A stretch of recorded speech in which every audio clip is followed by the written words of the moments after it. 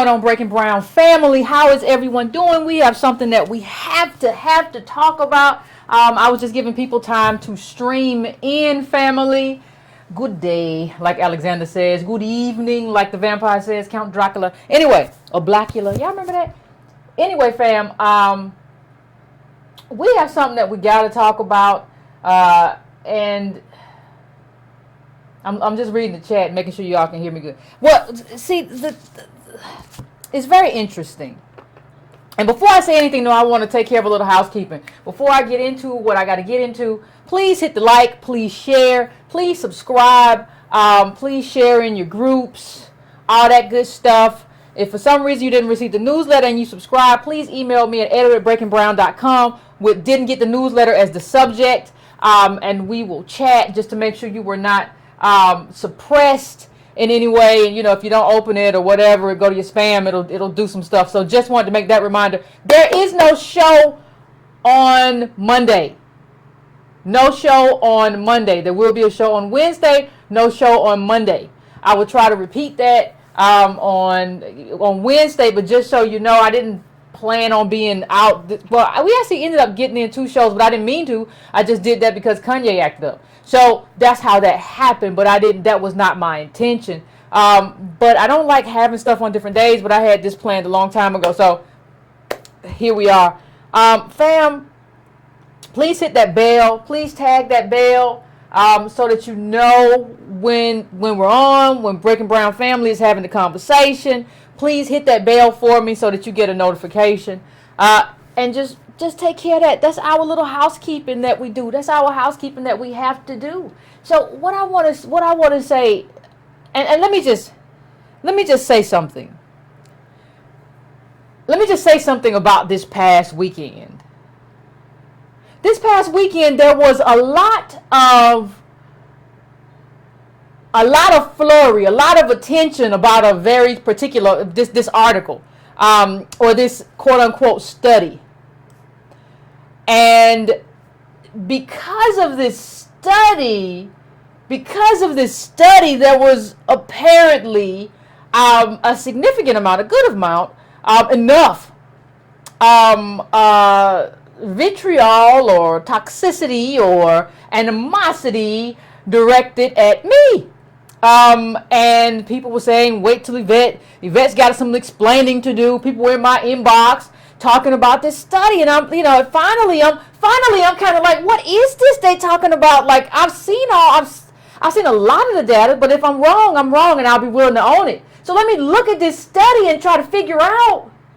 Let me see what's going on, because people talking about wait till laughing, ho ho ho, wait till Yvette and Antonio get a hold of this, they ha ha ha ha, they did ha got him. And so if you didn't see it, this was the study. This 2.5 million black men, Institute for Family Studies, are in the upper class. That's what it said. 2.5 million black men are in the upper class. And I said, wow, that seems interesting. And the first thing I do, Breaking Brown fam, let me see this. The first thing I do, listen, let me tell you something. If there's any hope of us like working, like as a group and maneuvering ourselves out of this yoke that we've been up under for over 400 years, if there's any hope of us doing that, people always want like quick, fast solutions. But if there's any hope of doing that, like the solution is everybody got to start putting in work. Like everybody got to start putting in their due diligence. Everybody got to start, when something like this comes around, start doing the work. There is no Yvette and Antonio everywhere. We have to do this work as individuals when we see this. So what is the first thing that I would check if a study like that comes across, like in my email? The first thing I check, ladies and gentlemen, is the date. The first thing I check is the date. And I think the date came back to sometime in June or July. And so I say to myself, what other study? Was there another study that came out in June or July? Was there another kind of informational session or something that came out? Was there something that I missed? So I go back to that time and I see that Antonio Moore and I, on his show, which is Fridays, 10 p.m. Eastern Standard Time and 7 o'clock California time, I see that we had discussed this. Black men are succeeding in America. And I said, wait a minute. Antonio and I talk, and we're like, this is the same study. And somebody just like, it didn't even, like the stuff I got wasn't even new. Somebody else just started passing it around, and it kind of caught on and went viral. It's the same study.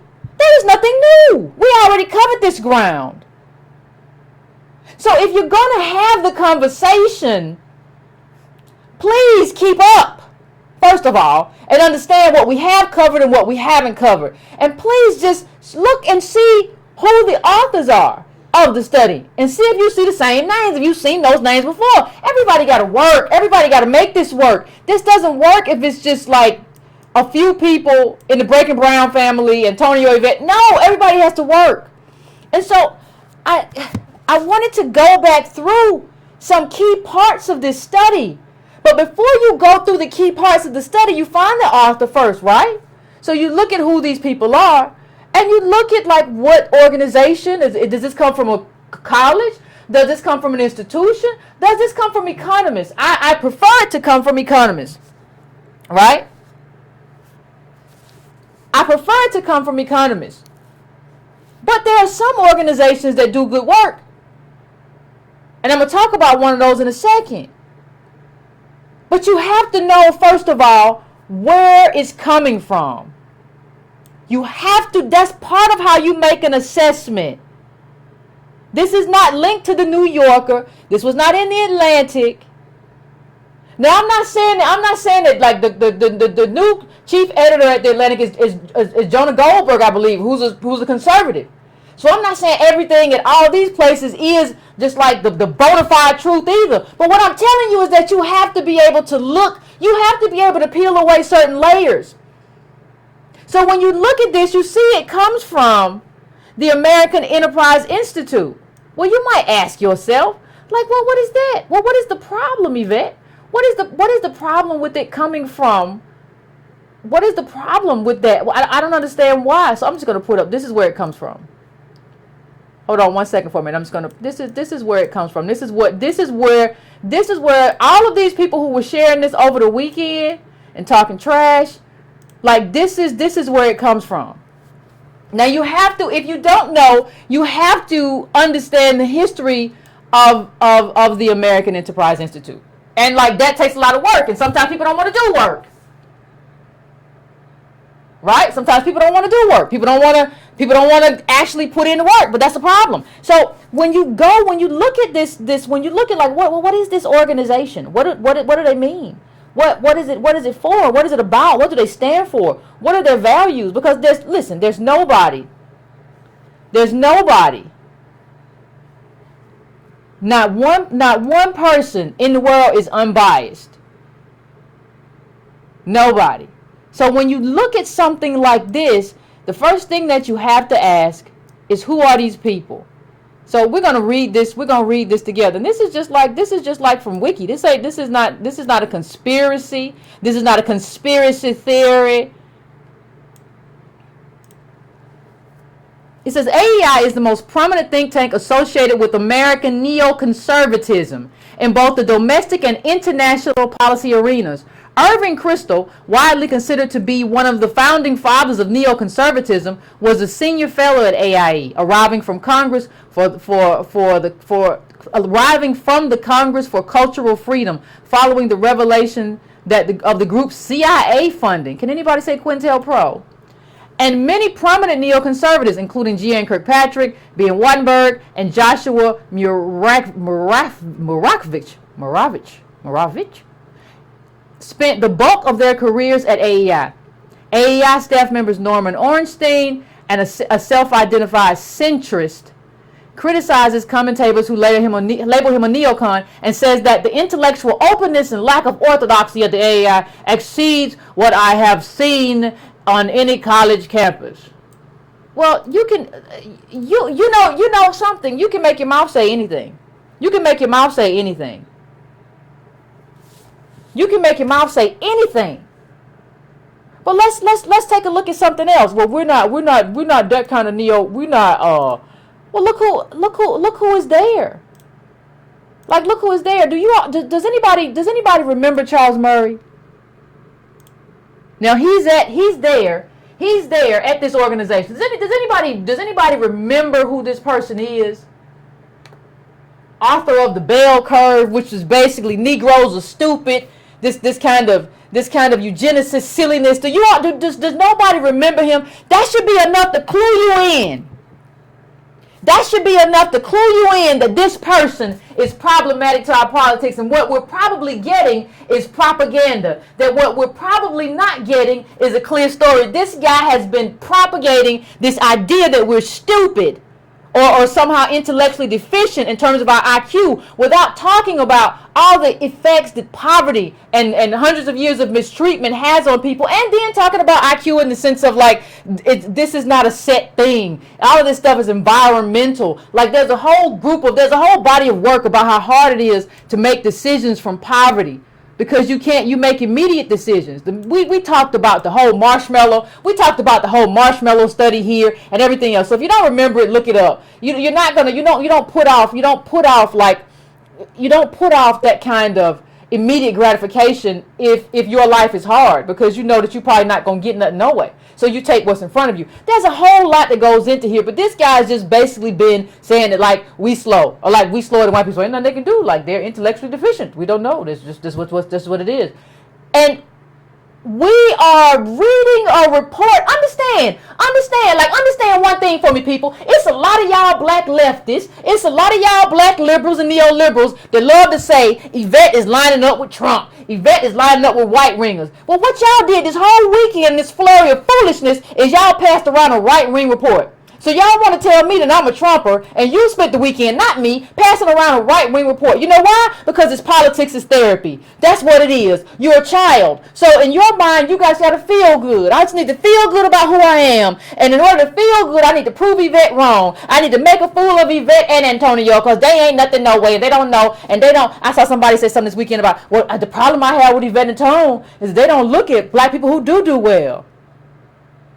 No, we look at the data, because that's what groups mean. Why should I look at you individually? And I went to your Facebook and you ain't doing well. I don't care what you think you're doing, but you're not doing well. You're not fooling nobody, and you're certainly not fooling me.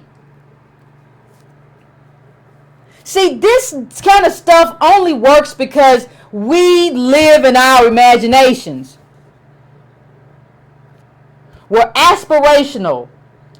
We need to have this fantasy world where we can project a life that doesn't really exist right now. So I need to have it in my head. I need to have this fantasy world where, like, oh my God, there are 2 million black men with upper class, and I'm going to be that. And because I need that. That's my therapy. I can't deal with the truth. I can't psychologically deal with the truth of like what's racism and Jim Crow and slavery and being made into a caste has done to me. I cannot deal with that. So what I'm going to do is just whatever they come up with, I'm going to go with.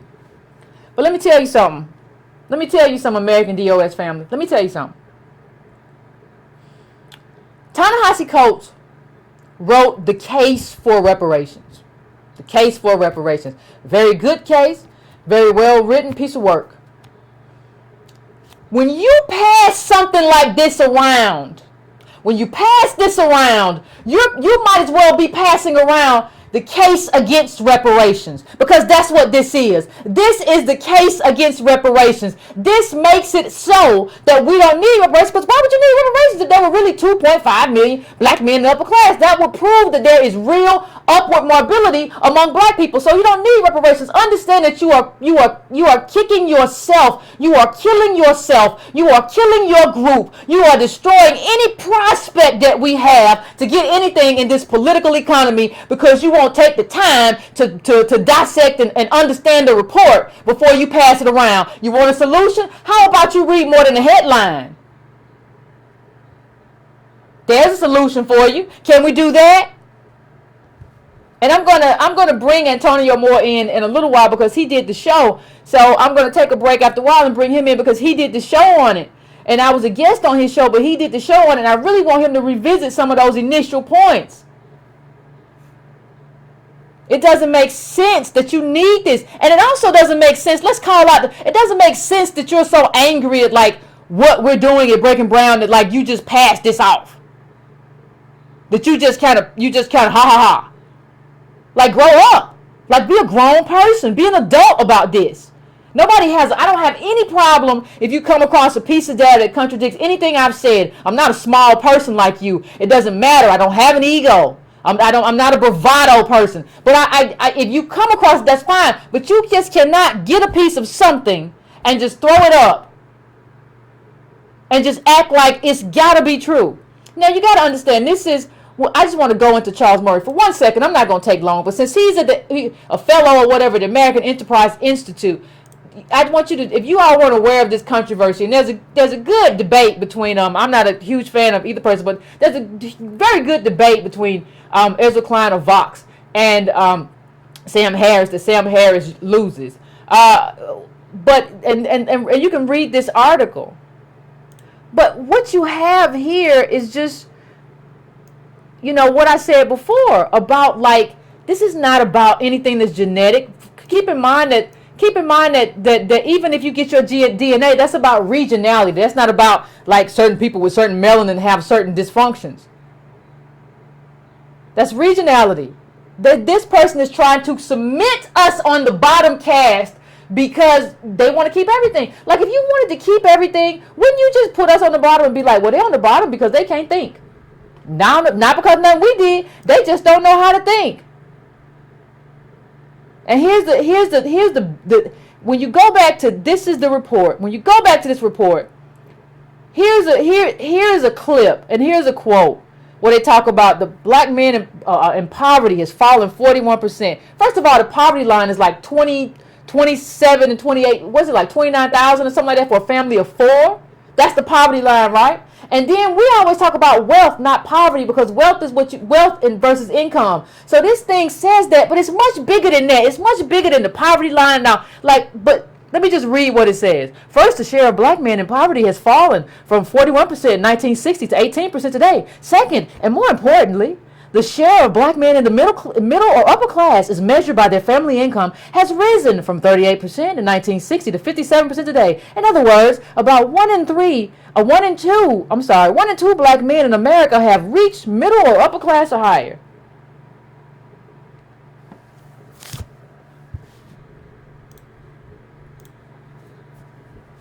That's what it said. And I want to ask you a question.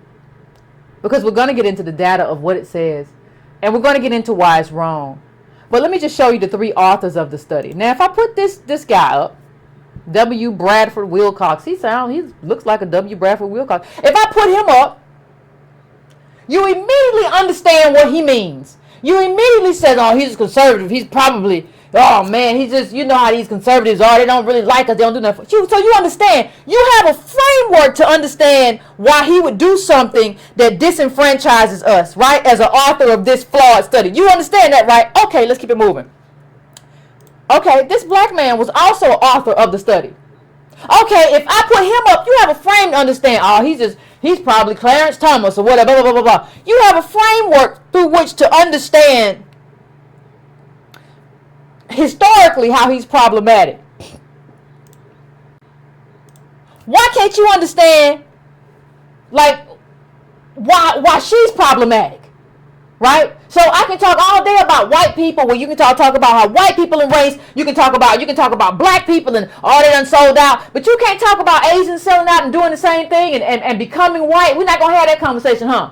So it's automatic that she's supposed to be a minority and she can be my ally and she can get my affirmative action spot just so she can go and write this study, which puts me in the caste system. That's how I'm supposed to be. That's what I'm supposed to think. So she gets to go and complain and say affirmative action ain't right, and we just got to go by the numbers. Whoever get the highest in math, even if your thing ain't math, and even if you built this country, your people built this country with free labor and fought for their rights 400 years. You can just go and get an affirmative action spot because you're a minority, which means you're just not a white man, and you can go do that and you can come write this report. How is it that you can see this person as an enemy? You can see this person as maybe a traitor or whatever, however you frame it in your mind, but you can't see any problem with this person. You got to start being able to frame who is the enemy to your cause based on ideology, based on their framework, and based on what they're trying to do to your tribe and your community versus just like, well, you're a minority like me. Who cares? I don't. And this was the data they used in CNN. Now I want to let's play a little game, people. Let's play a little game, family. This was the chart. This was the chart to show. I'm gonna leave it up for a second. We're gonna play a little game called Where's Waldo? We're gonna play a little game called Where's Waldo?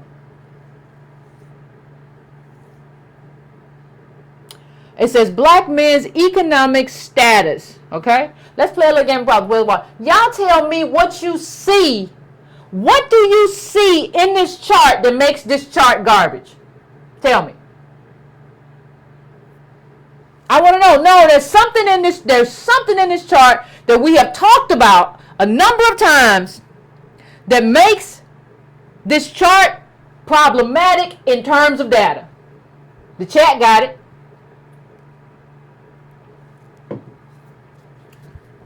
The chat got it. This is it. 50 to 58? Really? So wait a minute. You use a small group of black men who were because of the time that they came up, who did do better because of the opportunities and stability that was available after affirmative action. So, and before globalization, timing is important. You use the span of 8 years to paint a picture for all black men. This is a lie. This is a mischaracterization. That is what this is. We have said, listen, let me put this chart. I'm about to put this chart up. But how many times, fam, have we said that people are we talked about boomers having the only wealth that this community has.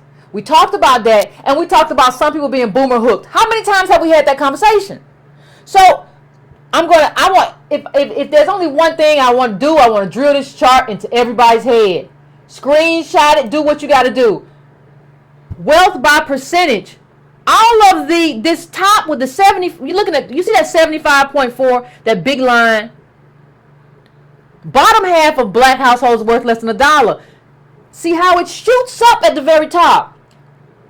They're taking a lot out. What they're doing is taking the category of the category of American DOS black men with the most, and using that to but not the most wealth now. Not the most wealth. They still don't. Not the most. They have the most wealth, but still understand that you can get into the top 5 of black people with American DOS with like $350K, right? So please understand that even the most wealth in our community ain't a lot of wealth.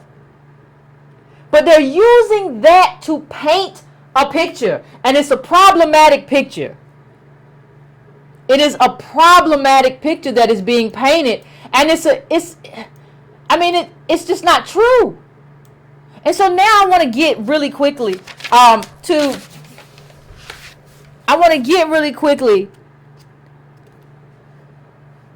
to something else. I want to get really quickly to something else that's even more important or as important. But you got to look at that. You just can't open it up. But let me just I want to download something real quick in a second, but we have to talk about the real data. Like, I use a lot of Brookings data and understand that American Enterprise Institute was basically founded in part to compete with Brookings. It used to be considered this hack organization, and it still is. It's just a neoliberal something, right?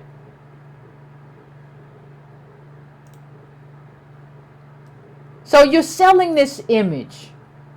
You're selling this image of black men with money, and that's what Negroes want to see. Oh, we doing it big. This is what I saw across my across my Facebook all weekend. Oh, you were so proud. You were so proud of some stuff that ain't true. You were so proud. See, they sell this story through images. They don't need to give you reparations. Understand something. Don't nobody need to give you no policies. Don't nobody need to give you no reparations if you crazy enough to believe or behave as if you already got them. Nobody needs to give you anything. We cannot convince anybody to give us anything. I don't care. Well, I don't care whether it's reparations. I don't care if it's beneficial policies. You can't convince nobody to give you anything if we just read the stupidest stuff that comes across and believe the stupidest stuff that comes across our email.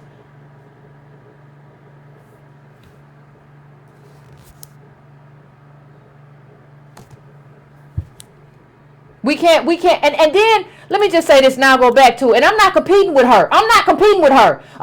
Wendy Wayne. I'm not competing with you. You don't have the same history, Miss Wayne. So you get to, the fact that you get to do that and write a story to produce this. This is a problem for me.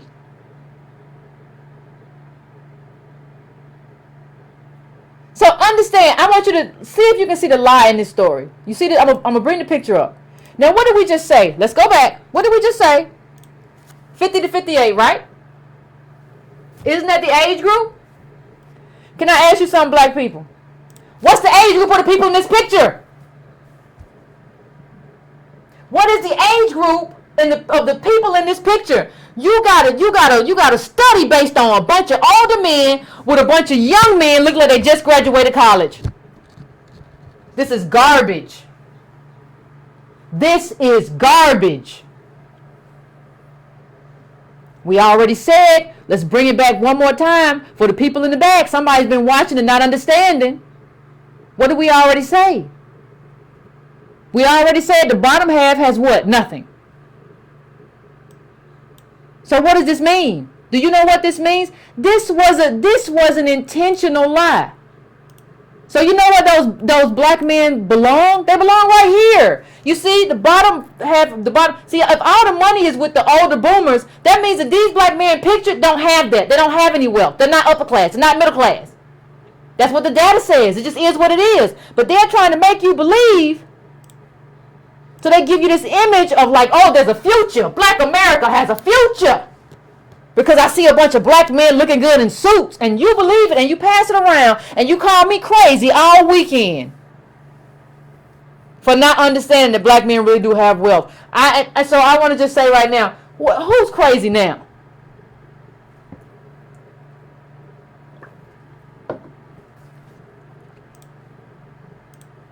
And then they pour the next thing. They say, well, well, at the end, let me see. It says to their 50s, and you see it in this quote, to their 50s, right? And then what do? What is this? It's a push for the military. Well, most of those people most of those black men who did well because of the military. Because they got married and they went to the military. Well, understand, see, part of what has to happen, black people. Part of what has to happen, you have to not only understand what is being said to you, but you have to understand what is being omitted from the story. So if you want a solution, I always say you're only as smart as the questions you ask. One of the questions that you have to ask is, what is missing from this story? Okay, so we already see like what's missing was most black men, because you only did black men from 50 to 58. But what else is missing from this story? And I'll show you.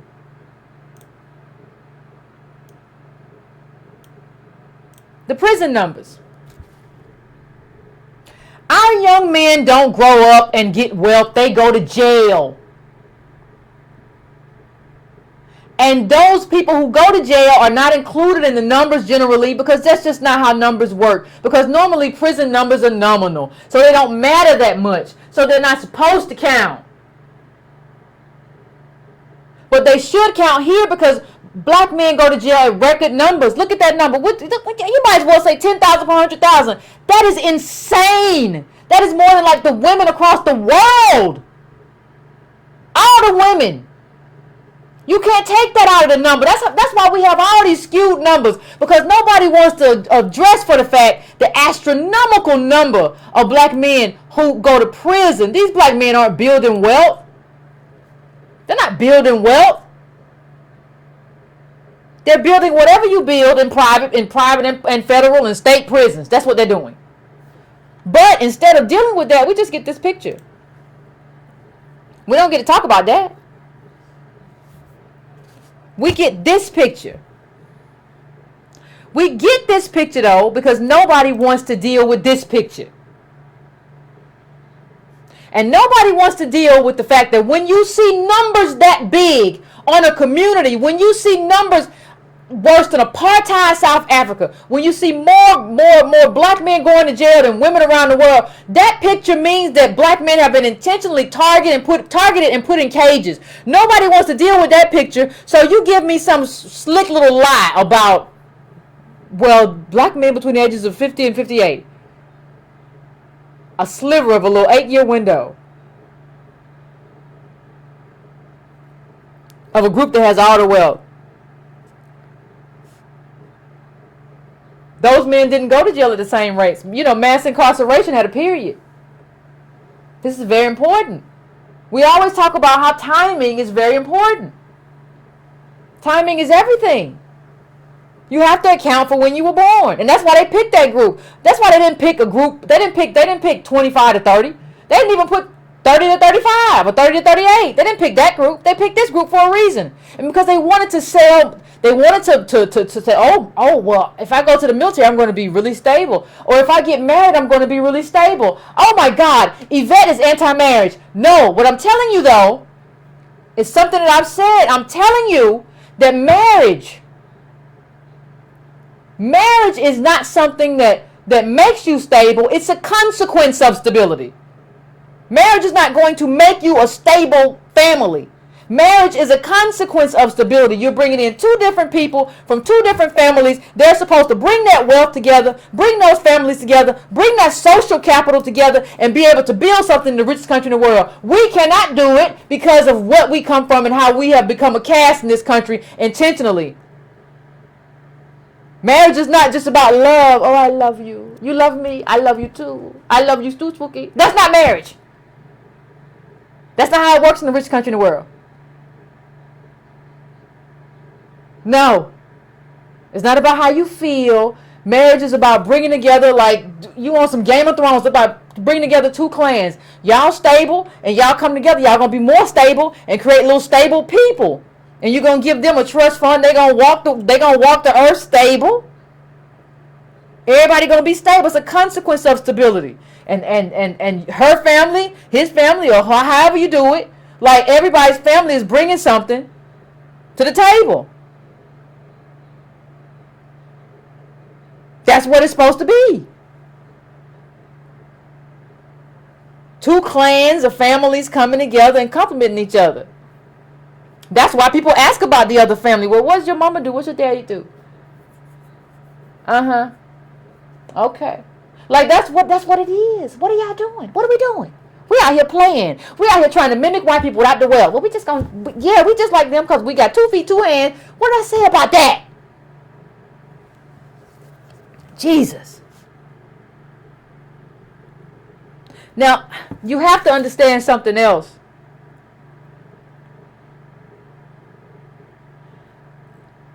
What white men look like from 52 to 64.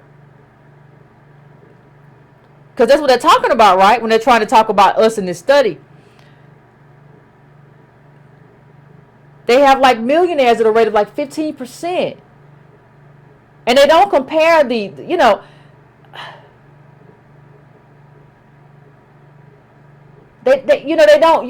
can't cover up what happens to young black men by doing a study on a small group of older black men. And that's not how white studies do it either. This was just a scam of a study. And I'm just disappointed in how many people like are sharing, like have shared this.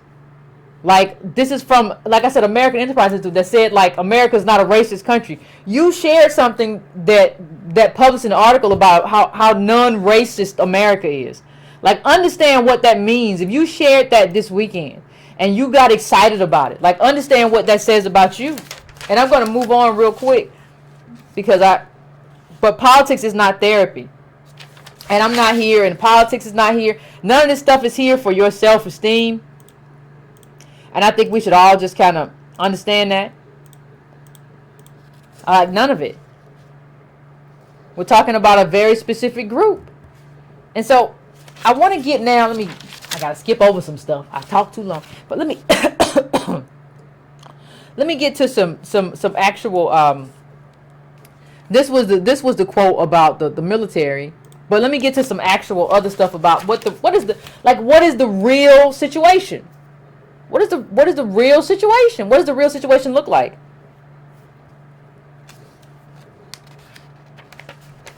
Right? Because it's not the real, because even they admit here, if you read this quote, and this is from the CNN article, they even admit black men are significantly less likely to make it into the middle and upper class than their white and Asian counterparts. So what you see is even at the end of their own article, their own opinion article at CNN, this is from the CNN article, they go back and say, yeah, well, we kind of wrong. And it's actually pretty awful that CNN allowed this to be put up. Not Antonio and I said that at the time.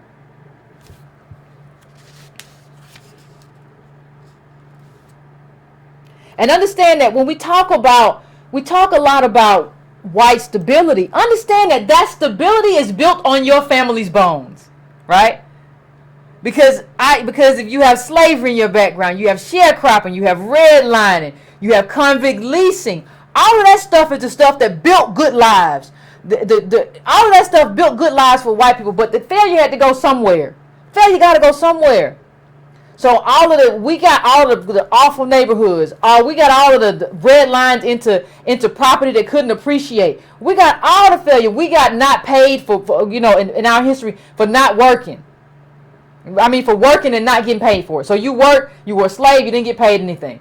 Then you were promised Reconstruction, but the federal government didn't come down and help, and white mobs took everything. Like that is the history. That's the history still to today. So the stability that white families are built on, and wealth is held in families. The stability that white family is built on our failure. So it's not like they did something special, and like, well, they were just better. They were just better at it. I don't know, Yvette. They just did it. I mean, they did something. No, they didn't. They just put. It's easy to do well if you put the failure in somebody else's pocket, right? That's easy to do if you don't have to. You can take a whole group of people off the board and put the failure in somebody else. It's very easy to do.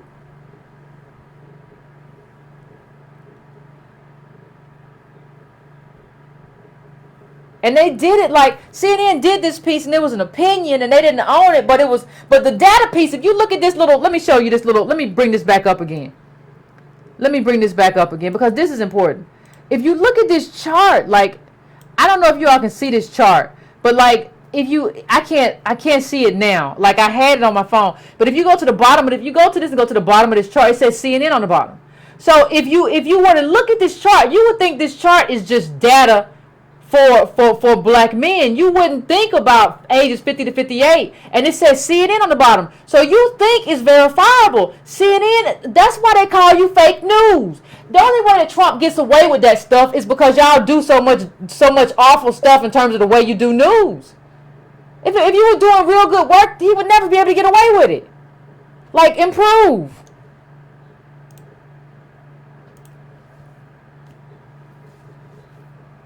Published like it was sponsored,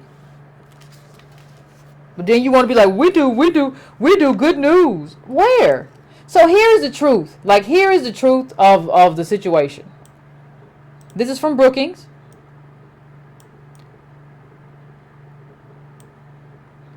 And it says, the inheritance of black poverty. It's all about the men. It's all about the men. And it's all about what white men have in terms of inheritance, in terms of being able to build stuff on the and being able to build and on our failure, and what they can pass down and what they can do for our families in terms of what black men don't get and how they get caged and arrested and it's all in it. That's it. The inheritance of black poverty is all about the men. This is from Brookings.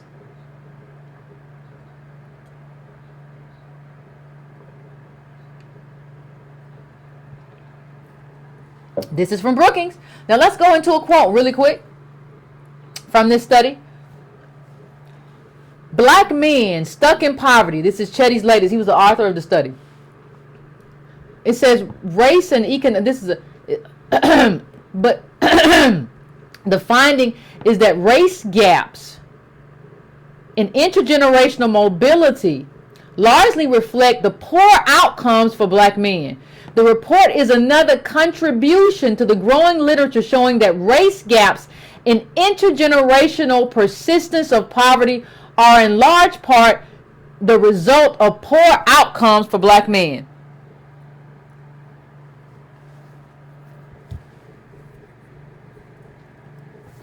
And that's designed. They're not poor outcomes for black men just because, you know, something happened in the atmosphere. That was not an asteroid. That was not something. Understand that in your neighborhood where the failure, when we talk about failure being in neighborhoods and we eating the failure, understand that there's a liquor store in your neighborhood that somebody white or immigrant probably owns. Understand that there's a check cashing place in your neighborhood that somebody white or immigrant probably owns. Understand that whoever built the prison that houses your grandson, houses your nephew, houses your cousin was built by white contractors, right? Understand all of that. Understand the Section 8 apartment. I mean the public housing, white contractors. Understand all of this enriches all of the things that make us poor, make them rich. And that's all been part of the game. And it's all very intentional. It's all planned. And it won't be undone by you showing me a bunch of young men in a suit. They look very nice, but it's just a lie. It's just not the truth.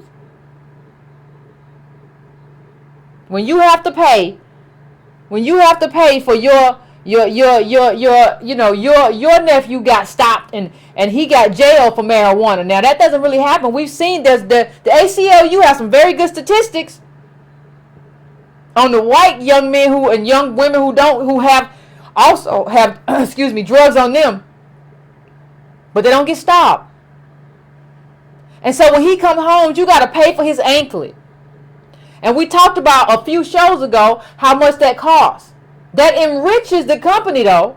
So you have all of these, you have a whole infrastructure of whiteness that extracts wealth by ensuring black failure. Understand that. You have to understand that. You don't understand blackness if you don't understand that. And what blackness, I'm not talking about being black as if we African. I'm talking about American black DOS. I'm talking about what they have made race to mean in this country. You have to understand that. I'm not talking about nobody but us. And we've seen it before. There's a whole other chart. Almost half of, this is not just black men, this is black youth. Almost half of black youth grew up in the bottom quintile. Like, look at that baby blue. And look at black men and black women and white women. Look at that. Like, look at that and think about what that means. This is also from Brookings. Think about what that means. Think about the implications. See, what you're faced with is that both these things can't be true. The article can't be true from this right-wing website, and this Brookings stuff be true too. But all of the other studies support Brookings. So you know what it is. You already know what it is. We saw this before. Escaping poverty requires almost 20 years with nearly nothing going wrong. How many of y'all had that in your life? 20 years of nothing going wrong? I haven't. And then you have in the group that has been here longer, white Americans dominate both the FTE, that's the sector, and the low wage sector, while African Americans are located almost entirely in the low wage sector. So white people are in this other whole thing. It's almost like when you read this, I have the book, but go read it. When you read it, what you realize is that there are two Americas now. And the two Americas, what income inequality means is that the two Americas are pulling apart. So one America is like not only the top 10% and the 1%, but everybody underneath who's servicing them. Right? And then there's this other group. And we're at the bottom of the bottom. Because white poverty isn't like black poverty. And white people actually have a class. We don't have any of that. We just all at the bottom of America. Understand what that means for your future. But understand how you have to understand when you see a lie, you have to understand that a lie is a lie. And you have to call it for what it is. So I'm going to, with the 47-minute mark, I'm going to take a quick break. I want to bring Antonio in. Because he discussed this first, and I want to bring him in to have a conversation about I don't know what happened this weekend. I really don't, people. I don't know what happened. All of a sudden, everybody was upset with me. I didn't know why until I figured it out, and then it is what it is. But I want him to talk about this in terms of black men and everything. So I'm gonna take a quick break. I'm gonna set the phones up, and then we're going to talk to Antonio, and then we're going to have a conversation.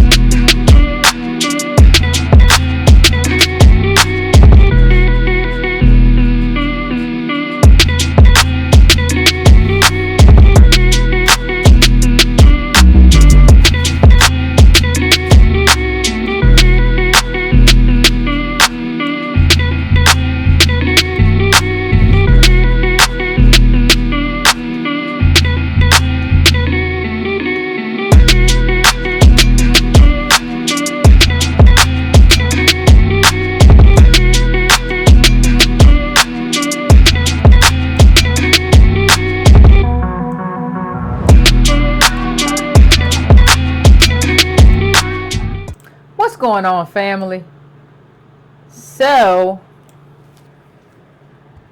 I'm going to have Antonio Moore come in and have a conversation about what he said previously and about what this means. So, what's going on, Tone Talk? What's up, Yvette? Not too much. Yeah, man. I mean, people were sending this article. I wasn't going to do a show because I did the show already. You came on my show. I thought it was time to do it on your channel. We can't be playing whack-a-mole here. You know, I really think we got to start off with two things before we get into our discussion. The first is all the black men that you know in your life that are under the age of 40 don't have no wealth, and this study come out, I don't understand how you read the headline and believe it. The only thing I can think of is the decadent veil. I believe that many of y'all, everybody asks for solutions, and they want solutions like how to make them millionaires, basically. But I believe that two things need to happen for black folks. The first is y'all watch too much black celebrity, including athletes. I think it's really propagandized your mind in terms of the understanding of black male condition. And the second thing is y'all got too many white friends where you know just the outside, just the cover. You got the white friend at work and you know the cover. You watch too much Golden Girls. How many white people do you think sit around and watch 4 black old women on a TV show?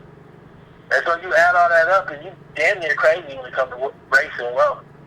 So like when stories like this come, it makes sense to you. It don't make no sense. I just wanted to start off there because, you know, let's get into it. You know, what is upper class, right, Yvette? Yeah. Everybody say upper class. We use the word upper class, upper class. Well, you know, for me, upper class is defined by somebody who's an economist, not just my idea. And it's defined by wealth, not income. So their study is about income and some old blacks, which don't make no sense when we get into that. But in America today, I would say upper class is top 15%. Now you might say, what does that mean? What does that mean, Antonio? Well, I'll tell you right now. Top 15% is about 800,000 worse. Maybe more like 850.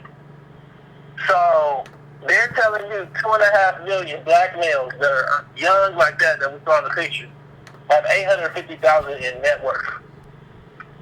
Hold on, let me explain.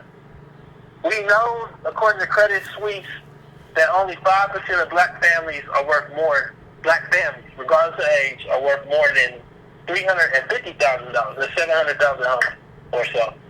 We know, according to my work with Matt Brumig, we got the Federal Reserve data, first time ever, it shows you that there's only 350,000 black families that break a single $1 million. Again, that's retirees and boomers. But they just tell you that 2.5 million black men are upper class, meaning that they worth 800,000. And you shared it. Let me sell your ass some magic beans. Because you like checking the beanstalk. I feel like, you know, part of the problem is we don't want to get to numbers, and the problem for me right now is that look at all the fantasy about, like, negative and this. Give me numbers or give me death. If y'all can't give me no numbers, then don't talk to me. Don't tweet me, don't say nothing. I tell it to you, I tell it to AEI, I don't care. I tweeted AEI, I told them to stop publishing the garbage. Understand this too, though. Eddie Glaude, Roland Martin, all these people, nobody say nothing. They talking about doctors. They talking about something. Nobody said that to AEI. They just get to do these stories, and Soledad O'Brien, everybody don't say nothing. They take it, just me and Yvette.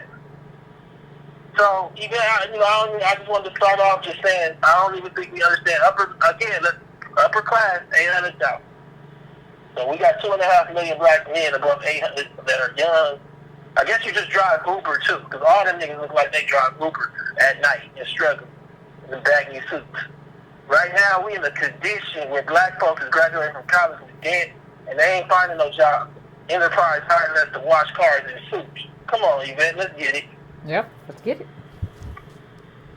So you know, when I looked at the study, when I did the review, they're looking at black men ages 54 to 61. Let's pull up that 1917 chart so we can get right to it.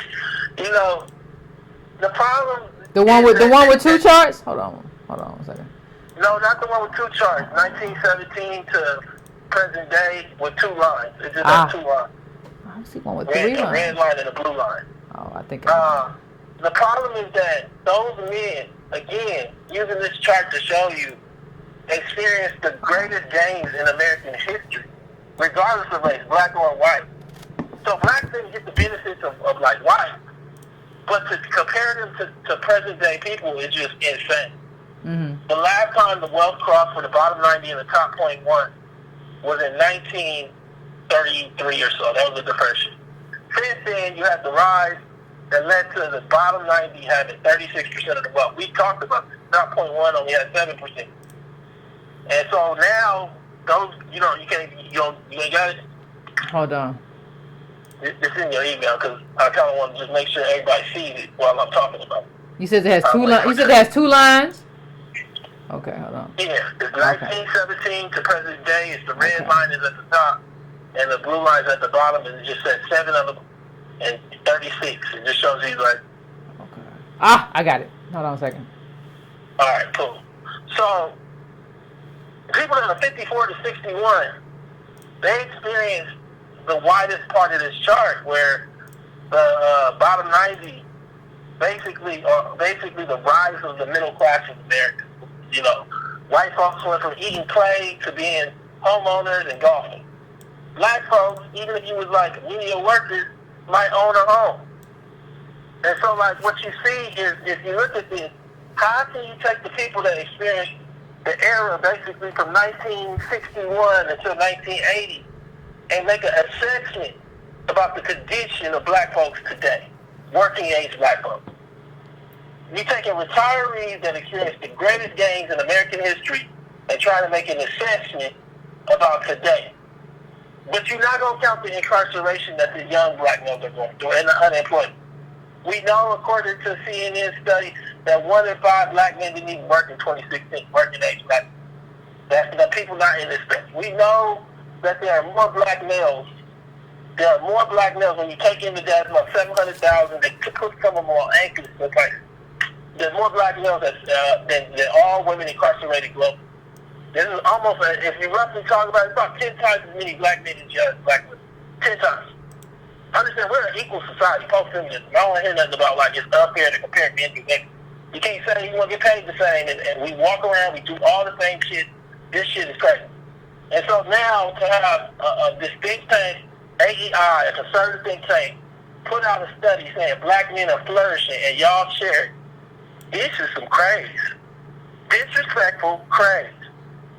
For you to share it without reading it or even reviewing, first of all, from LinkedIn. How do you share something from LinkedIn? It's not the New Yorker, not the New York Times, LinkedIn. Y'all gotta get better, man. Whoever shared that. And so, Yvette, you want to ask us a question after more points, but let's. Well, no, I think what I want to kind of ask is, you talked about getting better, and you talked about, making the assessment, right? And what I'm trying to figure out is, and this is a question I get all the time. What happens if we don't get better? What happens if people just keep making these erroneous assessments and agreeing with erroneous data and saying that, like, this is okay? Like, what happens? Well, let me be honest, I think eventually black men going to realize and turn on everybody. Because what the system is built on is black men not knowing that they live in a different life than everybody, including black women. Like I'm just telling you, like, they live in a life where they unemployed but expected to buy dates. They're supposed to protect and provide like a man, but they put in jail at rates we've never seen before. It's funny, I was talking to an attorney. They said that black men should get together and claim refugee status with another country just to make a whole point, a political point, that nobody cares. Nobody gives a shit. And you can say that out there, you really don't. Like nigga in the street. I'm honest, I made that chart that's up there. Like, nobody, I'm telling you right now, it's the weirdest thing ever. I don't care all these professors. I don't see nobody actually doing any work on this stuff. Black wealth, incarceration, very limited work. They talk about it cursory, but they won't get into this granular about young black men, black women. See, like, the funny thing about me is, in every area, I've sat down and talked to the best person. I've talked to Ross. I'm one-to-one, though. Rothstein. I'm going to interview him in November on November 9th. Darity, and when it comes to wealth, I did a report with him. Michelle Alexander, I talked to her for at least an hour about incarceration. I don't want to hear from nobody on YouTube or nothing else that don't really know, like, talking, just rambling. Like, they don't know, like, what I'm talking about. This chart came as a result of me realizing nobody had framed this thing according to gender, which makes no sense. I'm talking nobody, not the DOJ. Because once you frame it against gender, then black men realize this is some horrible shit. And they might just, like, raise up on everybody. And when I say raise up, I'm not talking about literally riot in the street, but I'm talking about, like, become real despondent. Because, like, really, like, I'm not fucking with nothing. Like, no marriage, no nothing. I'm out. Don't nobody care. Ain't nobody trading nothing with me. And so, like, that's really what I think one of the things that might happen. I think the second thing that's going to happen is our whole group experiences a real regression in terms of access to opportunity. No more of that UCLA and all that. It's funny because, like, I don't think we understand. Like, I was at the Century City Mall here in LA, in one of the wealthiest cities in America, wealthiest area. And these white people partying, they're having fun and walking around. They gonna have, like, it's gonna be like Hunger Games. It's gonna be like Hunger Games, and it really already is like that. It's just you don't travel. You gotta. Dr. Cosby, he pastors one of the largest churches in Kentucky. His church sits in this area. They ain't got no standing restaurant for like 4 miles, 5 miles. Black folks, nowhere to eat. I'm talking about regular, like fast food. They don't have that because they don't care, like, to put that there. Black people ain't got no money. The black people are going to the church to get water from the side of the church because they ain't got no running water in their house. In a city, Louisville. And so, like, you know, we look at Loudoun County, they got to bring the lawsuit to get their feces out of their yards. You look at Flint, Michigan with the land in the water. No, it's just going to get to a point where you drive over. That's what you do, or go to jail. Which one? So that's just, you know, that's what I see. So to have this study talk about flourishing, do you have the 1917 chart with the third line? I took that earlier. You're talking about... in there. Because the interest... okay. This one. So, because the interesting thing is, like, when you look at this wealth, the bottom 90 and the top 0.1, this is the same chart I did earlier. There's a third line in that chart. That's the 9.9. And so, the gold line. So think of it this way. America's 100% of wealth. There's 3 groups that they broke this to, the 90, the 9.9, and the top 0.1. When we show you the chart, usually it's just the bottom part. We don't even add in the 9.9. So the 90, so the top 0.1 has the same amount of wealth as the bottom 90. That's about 22% of the wealth. So that's like 44. The other 56% is with the 9.9. So the 9.9 is like your presidents, your mortgage bankers, your mutual fund traders, your corporate attorney. All those people are the 9.9. They service the wealth for the top 0.1. So they got 56%, and then 22% is with the 0.1, and the bottom 90 is fighting over 22% of the wealth. To be at the top of the bottom 90, you need to be worth $1 million. The top of the third line. The middle of the third line, to be a middle family in the third line, you need to be worth $110,000. Ask yourself, just look around your family and all these black men that you know. Look at the black men you know and ask me how many are worth more than $100,000 net. I don't care how they break it down. I'll give them $3,000 in the bank and $97,000 in their house and no debt. Find that for me. And they're under the age of 35. I just want you to find it for me. And so, like, and that's just to get in the middle, like, section of the bottom, the third group. The fundamental reality is that this study is a lie. It's a blatant lie. No data supports this.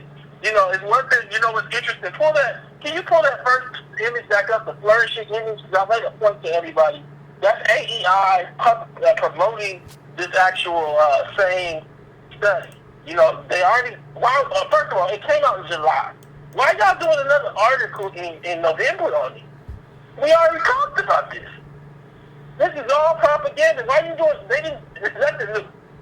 The truth is that most black men will not be incarcerated. Let's stop here. Okay, let's stop. A regular incarceration rate in America, in the world, is 0.1. 0.1. Women are at like 0.1 in America. That's 127, 115 per 100,000. That's a regular incarceration rate. The reason why they go per 100,000 instead of going just 8% or 9, because it's not supposed to break a percent. One of the highest incarceration rates we ever saw in the modern world was South Africa during apartheid. The African males were 830 per 100,000. 0.8.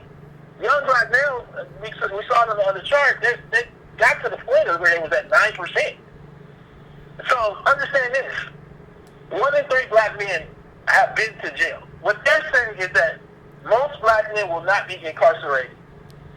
So a good rate of people isn't 51%, it's like 0.1.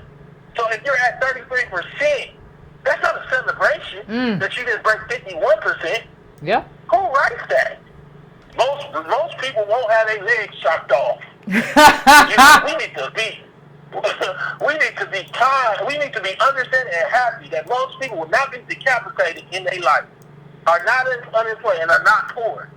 Nothing, there's no metrics, but the reality is that, okay, not unemployed. So 1 in 5 don't work in 2016. Not one piece of income. Does that make that a good metric? That most are not unemployed? This is stupidity. And so, like, you know, I come back to everything, and I just think that this data, it doesn't really, it looks at income. It doesn't deal with the fact that these black men that they're looking at, 54 to 61, experience cheap homes, unionization, abundant amounts of post-civil rights protection. Don't get me wrong, coming into 81, 82, 83, as I covered in my documentary, Three-Way Crack in the System, the rise of incarceration affected the younger end of this group. But the wealth was so abundant in the system that, like, for instance, take Rick. His mama, Freeway Rick, his mama was a janitor. She had a house here in L.A. Ain't no janitor gonna have no house in L.A. today. Like, and so he lived in the back house. So, yeah, he went to jail. He had to sell drugs, but he lived in the back house. I'm saying, like, now, you drive an Uber after, like, UCLA. Or after, driving, not able to even working. The craziness of the moment is just insane. 10 times more black men incarcerated than black women. More black men incarcerated than all women globally, about some accounts. I mean, there's only 19 million black men with the M. There's 4 billion women, all kind of different governments.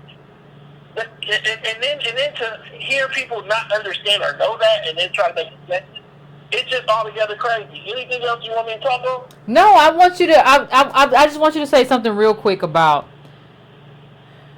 and you just touched on it. So I don't want to keep you long on it. But about timing and what timing means, and about, like, I see black people saying, like, but I can do this. Like, this is something that is possible for me. And so I just want you to take a few, like 1 minute or 2 minutes before you go, to talk about the impediments of this being for you as opposed to your daddy or your granddaddy. Look, I wrote a piece 4 years ago called The Rise of Legacy. We hear them. If your people ain't leaving you no money, you're in trouble. And they left you black, so they ain't leaving you no money and they left you black. You in trouble. This is plain period. If you don't get no transformative government, because, like, what you got to understand is we're living in a time where legacy has locked in opportunity. We're living in a time where Thomas Piketty writes the book Capital 21st Century, Yvette shared it with you a bunch of times, and in it, he basically, I'm looking for the quote right now so I can share it with you so you can understand the time that you live in. You know, I did an article here in the Sentinel showing that the middle black family won $200 liquid. And let me get this quote right that Piketty said. Hold on 1 second, I'm sorry. You got all these pop-ups. This is the quote. Economist Thomas Piketty, the author of Capital of the 21st Century, recently observed that the level of inequality in the U.S. for those who work for a living is probably higher than in any other society at any time in the past, anywhere in the world. So now you start dealing with this immigration and all that type. How y'all trying to tell me that y'all got it worse? Come on. How are y'all trying to tell me that y'all got it worse somewhere else? Like, we live in a first world America where the pressures of life are to tell us that we got to buy all this expensive stuff. I mean, you go to the iPhone store. I was at the Apple store all day today because of my phone, dealing with it. The lady hit me. The lady hit me. We go, the phone ain't nothing but like $800 if you want to do the new one, because $800 is supposed to be nothing if you want to be here. But the middle black family worth $1,700 without depreciating. That's not liquid. $1,700 is not liquid. $200 liquid in LA. $8 in Boston. If it's $8 in Boston, let me ask you, if it's $8 liquid in Boston, and it's $200 liquid in LA, what you think it is in Mississippi? Negative 4,000. I'm just be honest. Crazy? Something crazy, right? Yeah. And so all these little families think that they can produce like opportunity with 50 cents or $8 or $200. Or they can move away from it. I'm going to move. I'm about to go to Boston to make my dreams come true. I'm going to go to Atlanta. The article come out of Atlanta got the widest wealth income inequality in the nation. So you bring it to income inequality in the red state. And so, like, I come back to it, and I just think a lot of people can't deal with the reality of moments. So what they do is we talk macro so that we can resolve and become at least sane as things come at us and come at the people that we talk to. But y'all dealing with it micro. So you like, I don't want to deal with that as negative. But then all you do is complain about the consequence of coming from black poverty. Like over and over and over again. You might not know that's what you're doing, but that's what you're doing. You complain about your cousin, complain about your mama asking you for money, complain about your sister coming to stay with you, you complain about your kids and how much college costs. College ain't expensive, you just not white. I'll say it again. College not expensive, you just not white. The Container Store, they got a whole store of containers. I went there, it's in Century City. Went in the store just to look around. The containers are $24. Somebody in there was like, it's expensive. It's not expensive. They know how to sell this stuff and move it. It's the price point. You just ain't supposed to be here. And so I come back to the 2.5 million black males that are upper class. So understand, last thing I'll say is let's talk numbers. Let's not play. Okay, so there's 19 million black men, black males. Let's take 3 to 4 million that are babies. We down to 15. Let's take 3 to 4 million that are old. We down to 11. So the 11 million that are left, understand that almost like 800,000, 700,000 are incarcerated. All right? But even beyond that, like 2.5 million really have been to jail at some point. They saying the other 2.5 million are worth 800,000 or more. And y'all shared that shit. I'm just like, that's all I'll end on. What's upper class? Upper class in America is top 15%. Only 5% of black families are worth $350 or more. That's all retirees almost. So you tell me how 2.5 million black men are worth almost $1 million. I'll leave it at that. Appreciate it, Tone. Appreciate it, Tone. As always, appreciate it. I don't know. Like, I really don't know what we're going to do. Because, like, I don't think people understand. The fact that this article got shared at the level that it got shared, like, I don't think people understand, like, how big of a problem that is in terms of our need to like, have some self-esteem and share something that makes us feel good, even if it ain't real. So I'm going to the next caller. I am going to 407. What's your name? Where you calling from? What's on your mind? Turn down your background. Hello? Hey, what's going on? What's on your mind? Dr. Yvette Cornell. Let me just say the one thing. I'm not a doctor. I don't have a PhD, because that's a whole nother conspiracy theory that got out there. So you can just call me Yvette. I'm going to call you Dr. Yvette Cornell, because I think you're just that much of a high intellect. You're the only person that's keeping it real, bringing the truth. I appreciate it. I think you deserve that throne. I appreciate it, but there was a whole. Let me tell you. Bow down. If you're in the tribe, then bow down. Fam, I appreciate it. I appreciate you. But there's a whole, oh my God, that's so, I had to, there were about 5 conspiracy theories about me this weekend. But so I'm just like, no. Like, people like, well, no, I didn't. No, I got an honorary doctorate from Simmons. That's not, I didn't go through school. I respect PhDs. Please, please, please. I'm so happy you reminded me of that, though, fam. But go on, what's your name? What's on your mind? Oh, you told me your name. I'm sorry. What's on your mind today? You know who you remember me? Rhetorical analysis, voice walker. I know I've been saying that for like the past 2 episodes. Okay. In regards to this episode and what Antonio Moore always speaks on. Okay. Because I've noticed that a lot of times it's a lot of, especially like black women and black millennial women who disagree with Antonio, and I feel like that sometimes stems from black feminism. And just the civil war going on between black men and black women in general. But I just need to say this. Y'all, people be out their minds. I'm tired, like, you don't know how many millennial black men I come across, and they're just comfortable with not being stable. How so? What do you mean? What do you mean comfortable? What they be doing? Driving Uber. Like, I mean, I got one friend, he go from state to state, house to house. I got another friend, he think he an entrepreneur, he in the shelter. I got, you know what I'm saying, another friend, you know what I'm saying, he over here working in Atlanta, got the baby mama and elsewhere, but and it's just like, I really feel like black people have gotten to this state of delusion. Because I'm living my best life. Somebody lying. So wait a minute, hold on. You saying you got somebody that live in the shelter who says he's an entrepreneur? Yeah, yes, and it's like, it's very common for me to run into disenfranchised black men, young black men, especially millennial black men.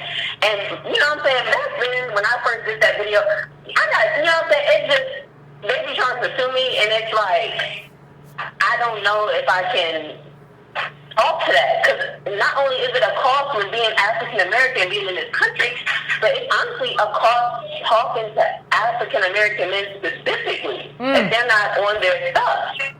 Now, in contrast with that, I do see every now and then a black man who has his stuff together, you know what I'm saying? He got his head on his shoulders and stuff like that. However, for the most part, when it comes to the ratio, that's like 1 to 1. So you what hold on. What it basically sounds like what you're saying. What it basically sounds like is that this has created a sort of craze. Like I don't know how to put it. What I'm trying to say is like what I'm trying to say is like it's just. Cut down your background a little bit. It's just a lot of stuff going on. Like I just feel like there's a lot of imagery going on with social media and stuff. Everybody's acting like they're an entrepreneur.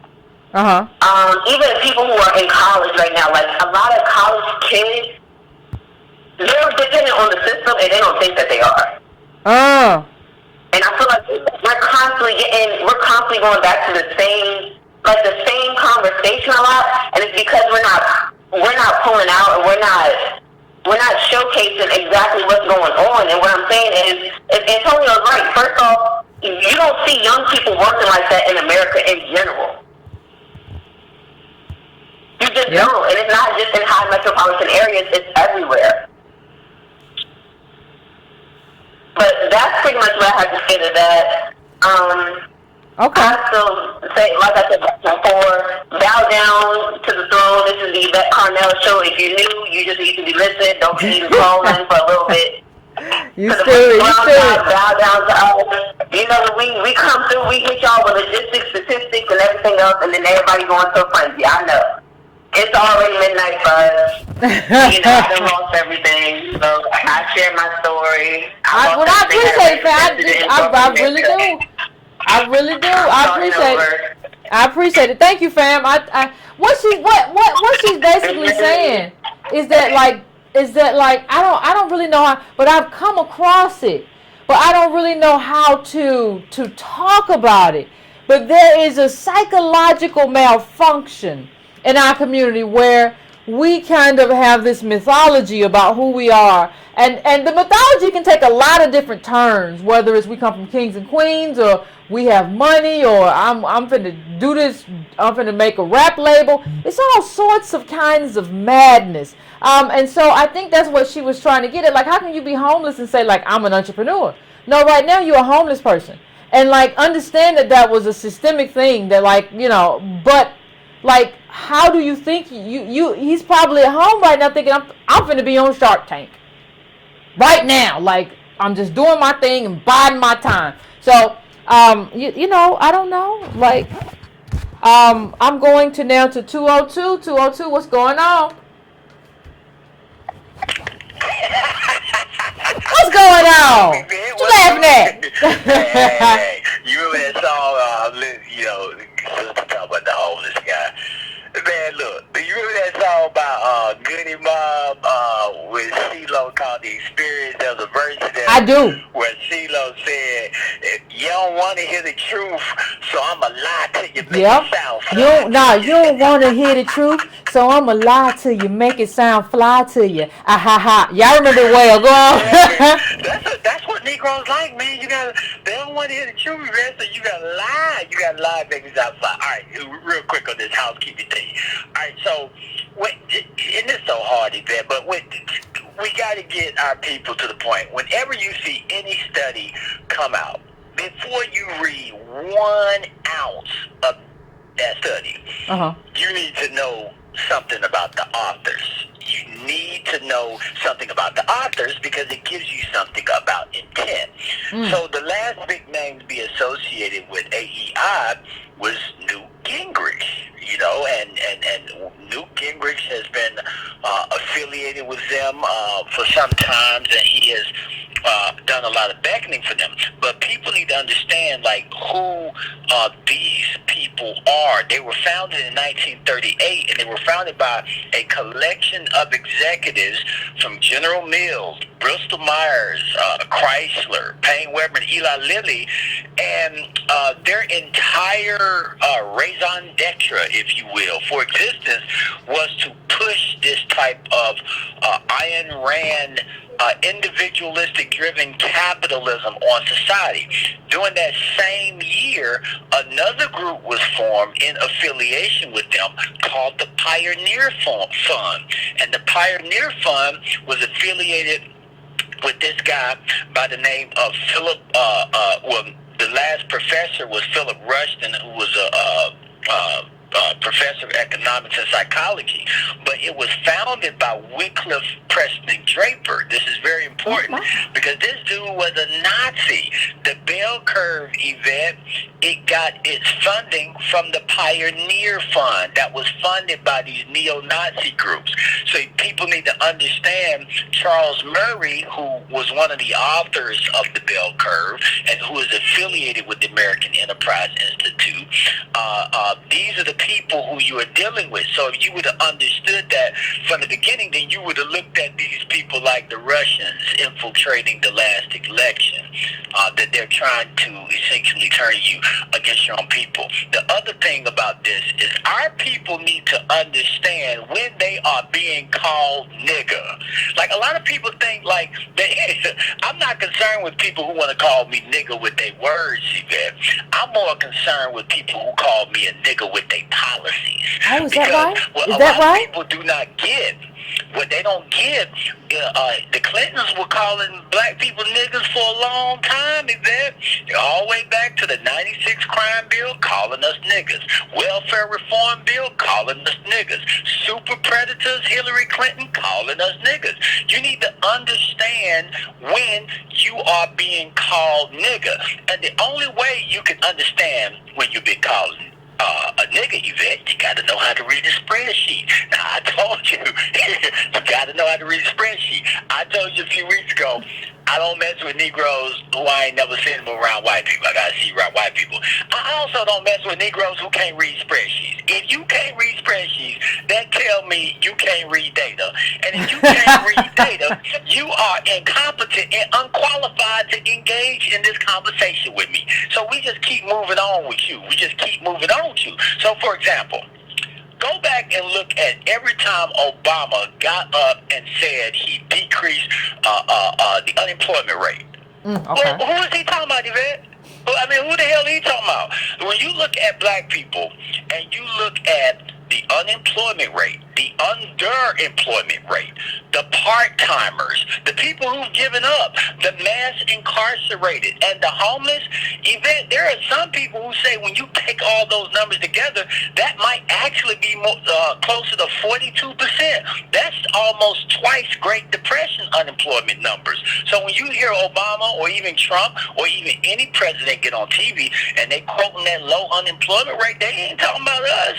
Because we're always overrepresented in that number, so they like to convolute you with everybody else instead of actually peeling out the individual groups of people. Michelle Alexander, one of the biggest things she pointed out in that New Jim Crow book, she says unemployment numbers often never reflect the inclusion of mass incarceration, because the people who are mass incarcerated, mostly black men, they are taken out of the employment data, and that's very important. So if you don't know how to read a spreadsheet, if you don't know what a standard deviation is, if you don't know what a mean is, if you don't know what a median is, you really ain't qualified to engage in the public square. So the only thing you need to do is be a spectator. So I don't mess with Negroes who can't read spreadsheets.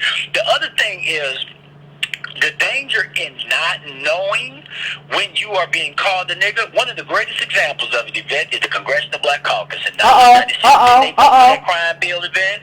They voted for that crime bill, Yvette. They voted for that welfare reform. These were black elected politicians. I said all the time, we have representatives. We do not have representation. And that is very important. So they didn't understand that when Hillary was saying super predators, when they were telling that black men, throwing them in jail, and that they could not come back to their homes with the welfare reform bill, that black women who allowed them to come back would lose their welfare. They was calling us niggas. And the people who were elected to understand that were the Congressional Black Caucus, but they didn't know how to read spreadsheets, Yvette. They didn't know how to do projection studies, longitudinal analysis. They didn't have independent economists who could tell them what the economic and the impact was going to be on those particular pieces of legislation. I'll give you another one. Yvette, have you followed this recent cheating scandal in Atlanta? I have somewhat, yes. Have you followed it? All right, so you know, all right, so look at this now. When I look at, you got a black mayor who's pushing for indictment and conviction. You have a black district attorney who is pushing for indictment and conviction. When I saw that, I said these Negroes can't read spreadsheets, because they didn't understand that public schools are tied to property taxes. And if you are able to render a school, if you can get a bunch of its teachers convicted of cheating, then you render the school system invaluable. As a consequence of that, property values fall. As a consequence of that, people step back in your neighborhood and pick up property for dirt cheap. This is how gentrification comes along. So you have a black prosecutor who doesn't understand that the whole reason why there's this push for these people to be convicted is for your property to ultimately be rendered invaluable, and they can step in and pick up that for cheap. And so you had DeKalb County, Atlanta Public Schools, you had Clayton County Public Schools. All those places were being denigrated by Mark Elkhart of Advanced Ed, and all while that was going on, the governor was passing a law through the state legislature that allowed him to remove school boards, Yvette, remove school boards Undemocratic. if they lost their accreditation. So all that's going on. So you don't have white people playing a very long game. So all that stuff that was going on was designed for white people to come back and take over Atlanta. So if you the district attorney and you the mayor and you black and you don't understand that, you're out in the rain. And then the last thing I'll say is this: keep in mind, we're going to have a white mayor in Atlanta soon. And Yeah, we here's are. why. We are. Because 20 years ago, Yvette, they start shutting down the housing projects. They start shutting them down. They start criminalizing homelessness, shutting down the shelters. Well, guess what? Those were people who voted for you. You got rid of your base, all while rapidly increasing gentrification. So the population starts shifting. You made policies that made it easier for white people to come into the city, and you criminalize homelessness and low-income housing and push black people out of the city. Now you're pushing to try to get votes. And all that happened under black mayoral and city council leadership. Negroes who can't read spreadsheets, who don't understand what they are being called a nigger and how they are playing into the hands of white supremacy. Let me ask you a question, Alexander. Otherwise, huh? Let me ask you a question. Is it that they can't read spreadsheets or that they can read checks? I think if you're looking at the check before you are looking at the spreadsheet, you shouldn't be in office. Ooh, okay. Because the check is you're focused on today. The spreadsheet is longitudinal. I need to know what's going to be happening 5-10 years from now. I mean, look at all the black churches that were torn down so a white man can play football.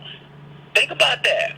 Right up Northside Drive, all those black. I mean, so you don't even have people who are qualified to even be in those. They don't see the harm coming. They don't know what they don't know what they don't know. You know, there are known unknowns and there are unknown unknowns. Rumsfeld made that famous.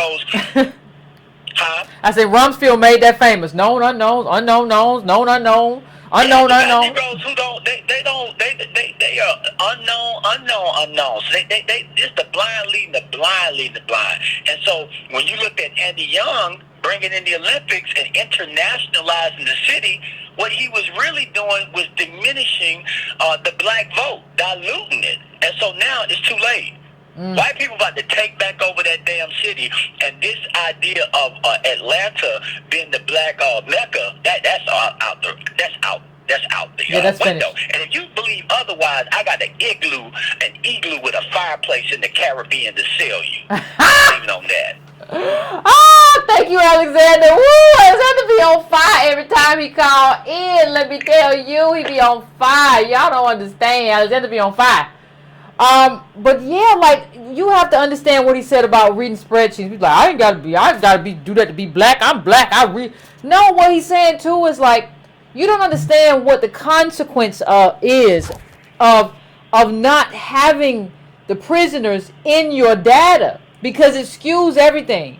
So you don't know that these prisoners are making less than $2 an hour, minimum wage, less than minimum wage, fighting fires and doing all kind of other stuff. If you brought that in, it would nix this whole gender thing in terms of like black women talking about white women and joining forces, because it would show, hey, like when you add in men who are in prison who also work, they make less than us. Like, how is that possible? How is it that the men in our community don't have what the men in your community have, Heidi? Like, it would nix all of that. And there was an article recently that was in the newsletter, if you got a newsletter, about Atlanta has the highest income inequality in America. But you got black governance, right? You got black people at the top, right? What does Alexander say? They can't read spreadsheets. Or they're not fit to be in office because it's about putting that check and that donation first. This is where we are. This is why we have to have an agenda for the black community, as opposed to just black faces, as opposed to just people of color or minority. We need an American DOS agenda, a very specific agenda to our plight. We cannot go along anymore just doing stuff because we feel, well, you know, they black like me, they must have my best interest at heart. We have to get beyond the black misleadership functionaries. Now, there's no black misleadership class. That class kind of bespeaks wealth, and we don't have wealth. We have functionaries. But we have to have an agenda that speaks to all of that. So I am going now to 757. 757, what's your name? Where you calling from? What's on your mind? What's up, my thick meat? What's going on? Can you hear me? Yeah, I can hear you. What's the deal? What's on your mind? Look, Alexander came with the fire. I want to say something to you and try to sure. wrap it all together. I won't go so fast this time. Uh-huh. because you know some of the events that we went through in a thread with one of these brilliant pundits. I wish for one thing, I'm 65 years old, my life expectancy by the numbers, probably I'm lucky to live another decade. So I'd like to say to the Braden Brown family, because quite a few of them interact with me, and for the haters, if you come to my page calling me a fool or a dummy or ignorant, I tell you take your sandbox mentality and get somebody to change your diaper. This life is about not looking for a laugh out of everything to make you feel good. The young lady talked about the man in the shelter and all of that. She didn't see these black men with any sense of where they're going or what. You know why? Because of some of the numbers that we just shared with you. They tell you 7% unemployment, but you know for yourself that it's somewhere around 35 to 40%. And there are no jobs. I started having this conversation when I was 35, and I was a single dad, and the people I was working for, which were high-income black people, were upset because their children couldn't get summer jobs. And which means their children couldn't do what I did as a kid. I worked during the summer, made money so I could help my parents. Yeah. You can't do that anymore because unemployment is what? 35 or 40%. There are no jobs for you. Yep. Now I'm going to say something a lot of black people don't like. I also grew up in a generation where parents sent their daughters to college because they assumed that their black men could do what? Pull themselves up by the bootstraps. Oh, but wow. guess what? Won't no bootstraps, and law and order was on their behind. So you got at least 700,000 incarcerated black men right now, about 8 million that have been processed through the legal system, whether it's on the state, local, or federal level. Now, the other thing I'd like to say is, when you see an article that sounds true, Alexander gave some perfect advice, and I keep saying it to people all the time because I challenge them not just on that article, but on any piece of feel-good that you see from the Root, the Griot, or anything else. If you know it does not match your actual life, that should be something that tells you, rather than try to share it, Google it. Put it in Google. Guess what? You'll find out. I'm going to give you an example. Antonio asked, find that article back up. I can tell you because I've seen it for 40 years. It's recycled. Actually, AEI did not publish it this time around, and I made that clear to the gentleman who put it up as clickbait for you. I made it clear before I tagged you in his thread because I saw this coming. I knew you'd done a show in July when AEI actually published it on their platform. I saw it on LinkedIn. Go to the LinkedIn and look at the link that they give you right under the header, but it's not an active link, it's just the number. I copied and pasted and put it in, and guess where it went to? Where? The Institute for Family Studies. Another think tank linked to AEI, which Alexander was talking about. My point is, these platforms are already put in place, and I'm going to repeat it again because I said it earlier on when I called you. All of this fits what I did a study for when I was my second year at University of Arizona, sitting on the ground in a missile silo. I did a paper on just this, the impact of Lewis Powell's memo if it's allowed to be completed. What we're seeing is everything Lewis Powell laid out in his memo. People can take keywords that I'm saying. Lewis Powell memo, or what had actually become being called after about 10 years of implementation from conservative people, all the way back to the Strong Thurmond days. Back when Byrd was the KK member who was running the Democratic Party in West Virginia. Robert Byrd. He dead now. These people started calling it, get this now, you'll love this, the Lewis Powell Manifesto. Put either one in your browser and you'll find out exactly what I'm talking about. Lewis Powell was a redneck from here in Virginia, where I'm from, in Richmond, and was high in Richmond politics and judiciary. He was the first one put on the Supreme Court in modern times for me. That was the same thing Kavanaugh is. a planned conservative with an ideology to roll back the Great Society. All of these black people that want to play the dozens and laugh and joke and act a fool on Twitter and Facebook are wasting your time. Because I don't put down the young black men that are don't know where they're going as a future. Because they're coping. Yeah. They're trying to not go completely insane because demands are made on them. Why don't you do like your granddaddy did? Won't you do what your father did? The very same thing you heard from the young lady that you gave some advice that I didn't want to criticize you on air, but I thought you and Tone were kind of rough on her, and I'm going to tell you why. Okay. That woman is in a house transitioning from a teenager to an adult with a grandmother that raised her. And the grandmother only knows what she knows. Do it the same way I did. What cookie cutter? What we used to get, same thing they did with housing. Cookie cutter houses. Duplicate what I did and you'll be successful. The grandmother has no idea of the barriers that were set up by loading her daughter. But here's my pushback. Here's my pushback. Oh, this is my only pushback. As people who are on the bottom, and as people who have everything set up against us, don't we have a responsibility to seek out knowledge and to know, the world that our kids and grandkids live in?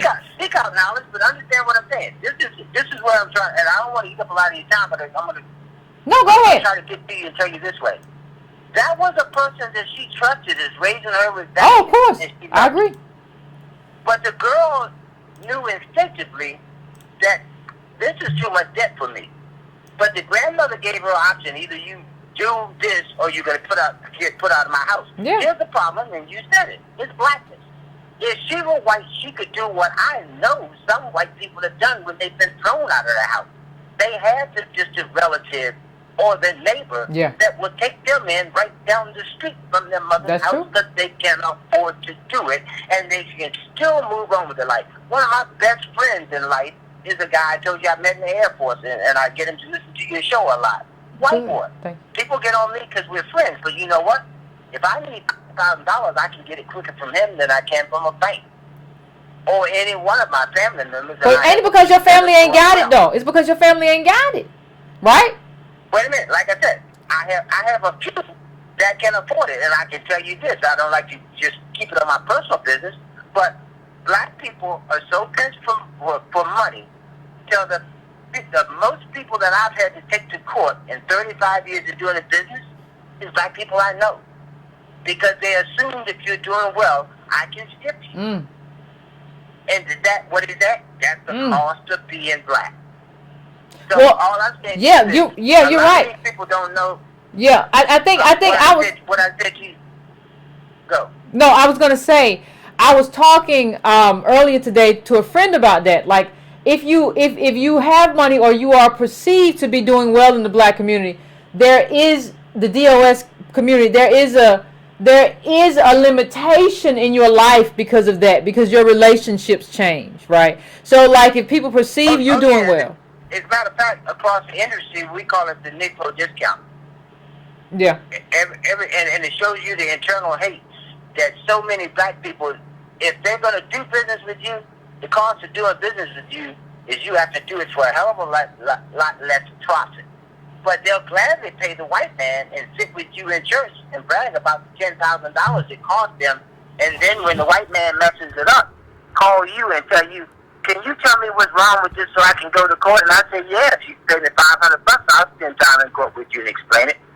So there's a cost of blackness when we don't understand that laughing and giggling is not going to get us anywhere. As a matter of fact, I tell you something else.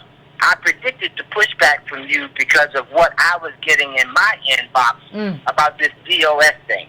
Okay. These people do not understand that what you're pushing is actually to preserve the legal connection so we can get back to what was thrown out of court in 2010 in federal court, reparations lawsuit. Black lawyers actually got together and made it all the way to federal court. One of the primary, and I'll try to find a link for you, one of the primary decisions by the federal court, and you can listen to it on C-SPAN, was we would let this case go forward except for you do not match the legal criteria for completing a direct link to who caused the harm. Yep. Now, you just spent the last 2.5 or 3 years establishing exactly who did the harm, and you know it. Everything from who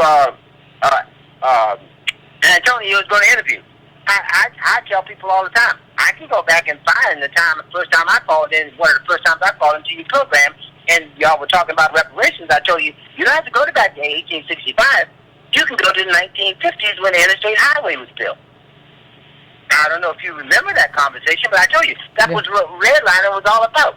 They used those maps, and actually you can go into courts and find court decisions and arguments where they changed the direction and the layout of the highway to take out the black communities instead of white ones, because white folks literally stopped the machinery on the highway. This is a fact.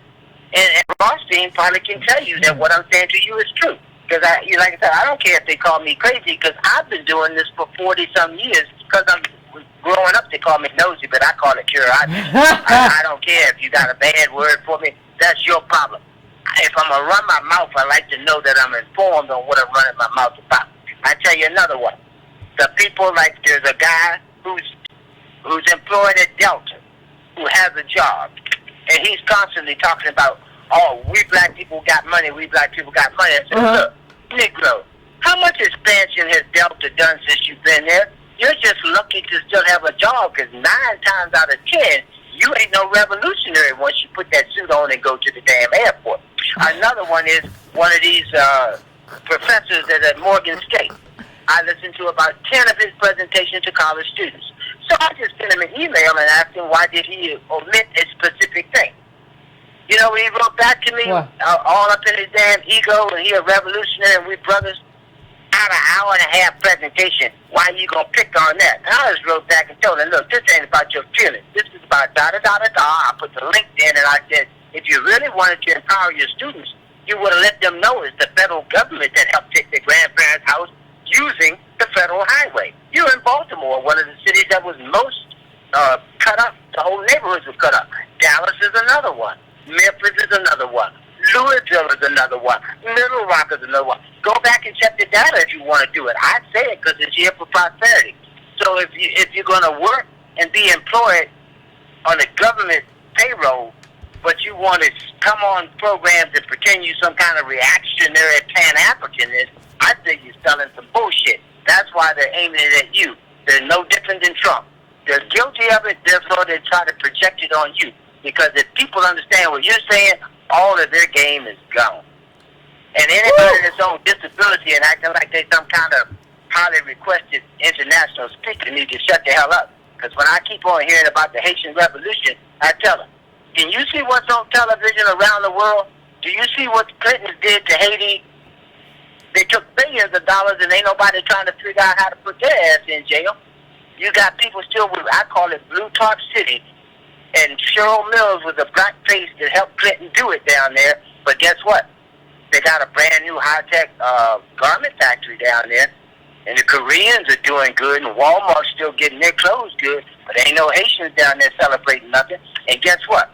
The media that controls the narrative, just like AEI and the Institute for Family Studies, they don't cover those Haitians that were down there raising hell in front of the UN for over 2 years. No. Talking about how crooked Hillary was. So our people need to get together, and I'm going to tell you, I can see this thing blowing up because they only shoot at the people at the top of the mountain. So just be glad you ain't in Afghanistan because they use the mobs there. They blow them up because they smart enough to go underground. Big song, love you, fam. I love you, fam. I appreciate it. Y'all know how to scare the bejesus out of a little Negro. I appreciate you. I appreciate you calling in. This is. Listen. We're living through interesting times. Let me just put something up for you that goes to kind of what Otis just said. And let me read it to you. This was from Real Clear Policy. The jobless rate for young black men is a national disgrace. The U.S. Census Bureau's American Community Survey gathered data on the jobless rate of non-institutionalized men, 20 to 34 years old, average over the period 2010 to 2014 for 34 major U.S. cities. The data The data paint a grim picture for black men, particularly in the Midwestern industrial, Midwestern Atlantic cities like Milwaukee, Chicago, Detroit, Cleveland, Philadelphia, Baltimore, and D.C. And all had black jobless rates above 45%. In these cities, more young black men were either jobless or in prison than employed. Right? I don't know. I mean, this is the life. This is where we are. And I don't think people necessarily understand where we are. And I appreciate everything that Otis just said, because that's somebody who tries to understand where we are and who understands where we are. Like, but the thing is, like, how do we exist as people who really put forth and advocate for a group? And like he says, we're trying to link ourselves. Like with that reparations lawsuit, you don't have a link. You just saying black people or whatever. You don't have a link to like causation in a specific group. You're trying to do everything to everybody. So it has to be self-interested. That's the link. That's the tie that binds. And that's what we're trying to do. You can't be scattered. You have to be able to draw a line to it. You got to be able to draw a line to it. And that's what we're doing. And that's what we're working for. You can't do that and do everything and be everything to everybody. That's not how it works. So I'm going to the next caller. I'm going to 815. 815, what's your name? Where you calling from? What's on your mind? Hey, Yvette. My name is Carrie. I'm calling from Illinois. What's going on? I really have commentary. Okay. I pretty much wanted to answer the question that you put before, I think, to Antonio, saying, when people sharing this article, sure, they must feel good about themselves. I would argue it is the opposite. Because when you share something like that, and you look around and you see no one in your life fits this profile, you then internalize that and tell yourself, what is it I'm doing wrong? No one is going to be on Facebook saying, everybody is CEOs, like the caller said, and everyone's doing so well and living the best life. Truly what's going on is you're stopping and you're buying right back into this corrupt system and say, I should just be trying harder. That's really what they want you to think. But if you try harder, pull yourself up by those bootstraps and do this, you too can be like these 2.5 million black men who have excelled to a certain level of success. Whatever. So my argument or my perspective on this is that it was highly intentional, and it wasn't intentional like the effect. They knew people would go out and share this, but they also know that it's going to make people believe that they should be working harder. Because if you work harder and you really believe that if they did, what's wrong with me? Let me just apply myself a little bit more. But I also want to commend you for the comment you just said to the past caller, where we have a due diligence to seek out knowledge, when we are at the bottom rung in society. And so I just wanted to share with the callers and the Black and Brown family, just preparing for, elections coming up. I'm looking at all of the candidates, whatever. Grew up, born and raised outside of Chicago, do not live in Chicago currently. But I just started following some of the candidates, and I see this hot topic that's going on with, the school system. It's out here that it's at a $9.6 billion shortfall. Teachers' pensions are at the point where they're basically on the brink of insolvency. And that's because of policy. Maybe 20 years back, they stopped investing and matching teachers' pensions, so they were diverting the funds other places. As a result, the teachers' union settled for this because they presented them with, well, you'll get a raise. Everyone will get a 4.2 raise, annually, but they weren't thinking about the long term. Well, what about your damn retirement security, right? But then I went into another article that said 2003, everything was paid for, the pensions, the operating funds, and all of this, and then they decided to do another pension holiday. What happens now is I go into a data set, and the most recent one they had for DPS was 2013. Get this, 676 schools. Of the 676 schools in Chicago, less than 10% in 2013 met annual yearly progress. That means they either did not pass standards in math or did not pass standards in science. Now think about that. 676 schools, only 61 schools met. 61, not 61%, 61. Mm-hmm. That's less than 10%. The other statistics that came out, 54% have been on academic watch for over 10 years. So in this situation, the students lose, the teachers lose, and guess what? Taxpayers lose, because we're going to go to them for a bailout to get this pension back to solvency. When you think about things like this, the narrative is shaped around this, my everyday life, like, oh God, what do we need to do? They need to pay teachers more. No, that's not the problem. The problem is taxpayers are going to have to bail them out, so that means that they're going to have to pay more. You're a black man, they're going to be able to afford to live in Chicago because of this. That's not the real issue. The companies that they've been borrowing money from, they're getting rich about this, but all of the real stakeholders, teachers, taxpayers, and students are constantly losing. But this was designed this way. So I just ask everybody to, stay encouraged, take this type of information, and I commend you and Paul to provide it. But everybody, let's try to start now applying these things to our lives and making sense of information when it is presented to us and try to apply it to our daily lives, because they can throw things out here and get the discussion going, and that kind of construct what we're talking about, but it's never what it appears to be, ever. It's never, it's never is. It's never is. It never is. And once we get it and we can analyze what's really going on, we are better suited to approach it and find solutions. But that's my piece. I just commend you. No, I appreciate it. I appreciate it, fam. And what I will say, and I've said this before to what the caller said, what I will say is this: you have to go into whether it's a meeting or a town hall or a vote or whatever, knowing what you want, like what your agenda is and what you want.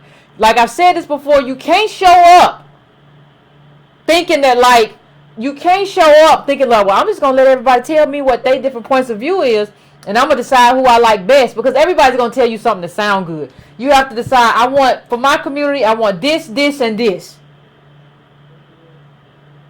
And you have to see how the people who are elected or who want to be elected measure up to what you want.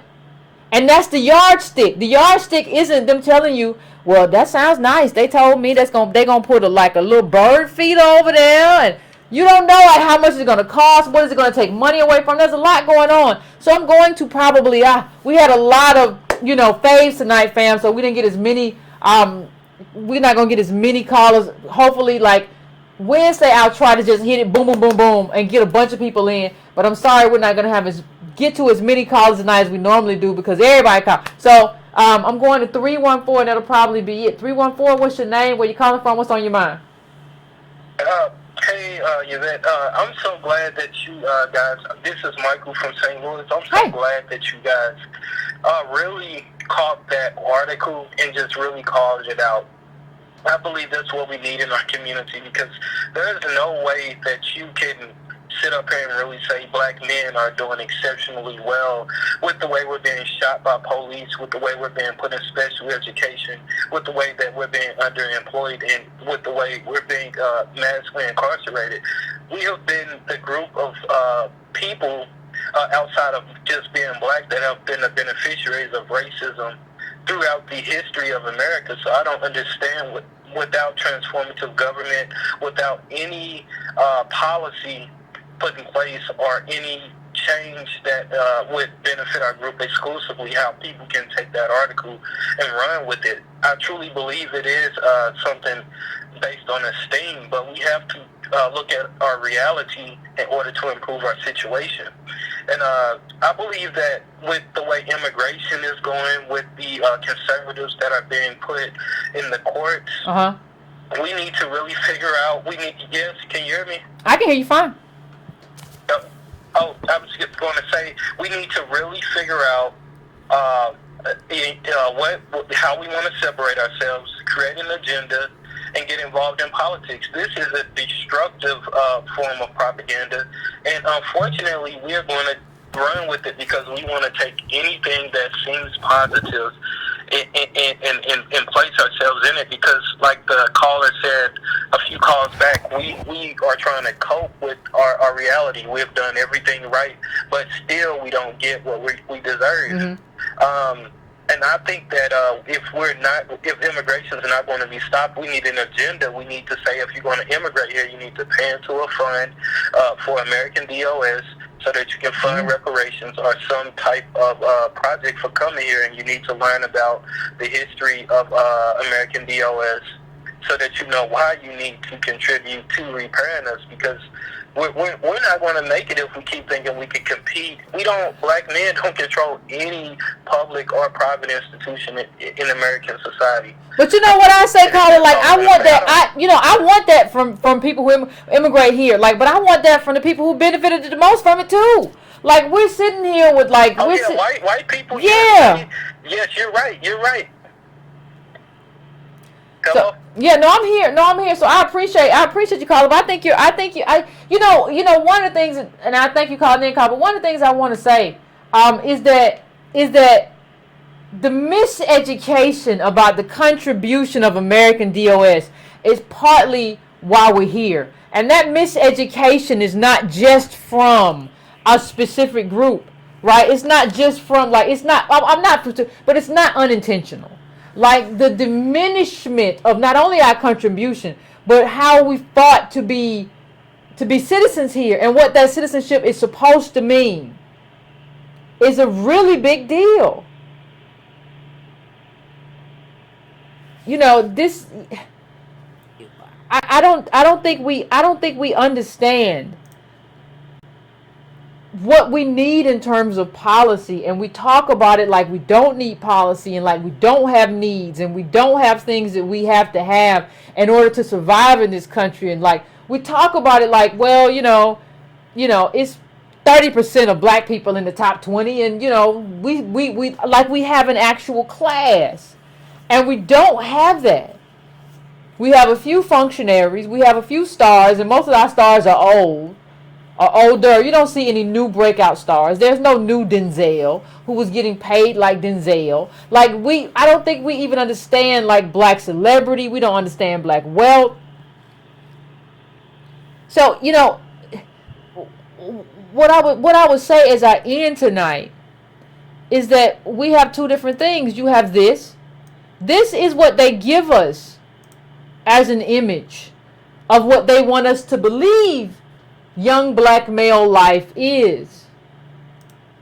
This is the actuality. And the contrast is propaganda.